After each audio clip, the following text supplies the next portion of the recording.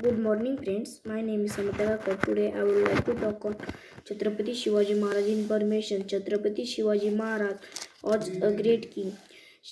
Chhatrapati Shivaji Maharaj was a founder and the creator of Maratha Empire in India. He was born on 19 February 1613 in the hill fort of Shivneri in Pune, Maharashtra.